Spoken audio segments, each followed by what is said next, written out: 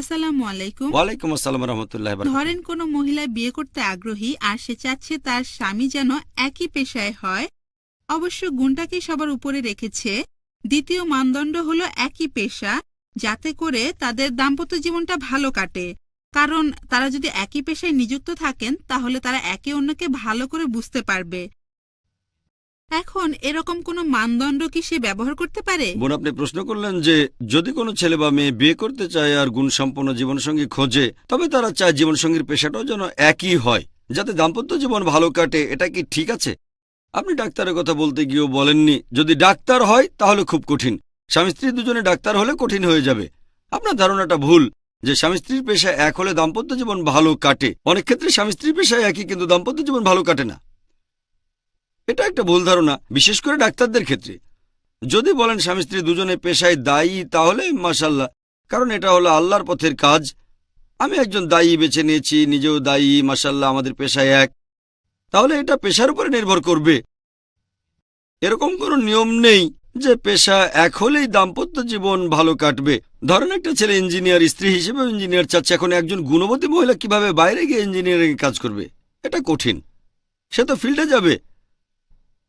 তাহলে বুঝতে পারছেন, মাঝে মধ্যে পেশা এক থাকলে সুবিধায় হয়, মাঝে মধ্যে কোনো সুবিধা হয় না, আবার কখনো এটা ক্ষতিকর। তাহলে ইঞ্জিনিয়ার ছেলে ইঞ্জিনিয়ার মেয়েকে বিয়ে করলে মেয়েটা বাইরে কোন চাকরি করবে? তবে কেউ যদি এরকম শর্ত দেয়, যেমন একজন দায়ী বলল আমি দায়ী বিয়ে করতে চাই, ভালো আলহামদুলিল্লাহ, এখানে গুণও পাচ্ছেন, ভালো আলহামদুলিল্লাহ। এভাবে গুণ বাদে যদি অন্য মানদণ্ড দেন আর সেটা যদি পেয়ে যান তো খুবই ভালো। তবে যদি এভাবে কোনো মানদণ্ড দেন যে আমি গুণবান স্বামী চাই, তবে ডাক্তার, মানে গুণের চেয়ে ডাক্তারের গুরুত্ব বেশি, মানুষকে দেখানোর জন্য গুণবান স্বামী চাই, কিন্তু ছবি দেখে বাতিল। যখন সৌন্দর্য আপনার মানদণ্ড না, তখন ছবি দেখে বাতিল করে দিচ্ছেন কেন?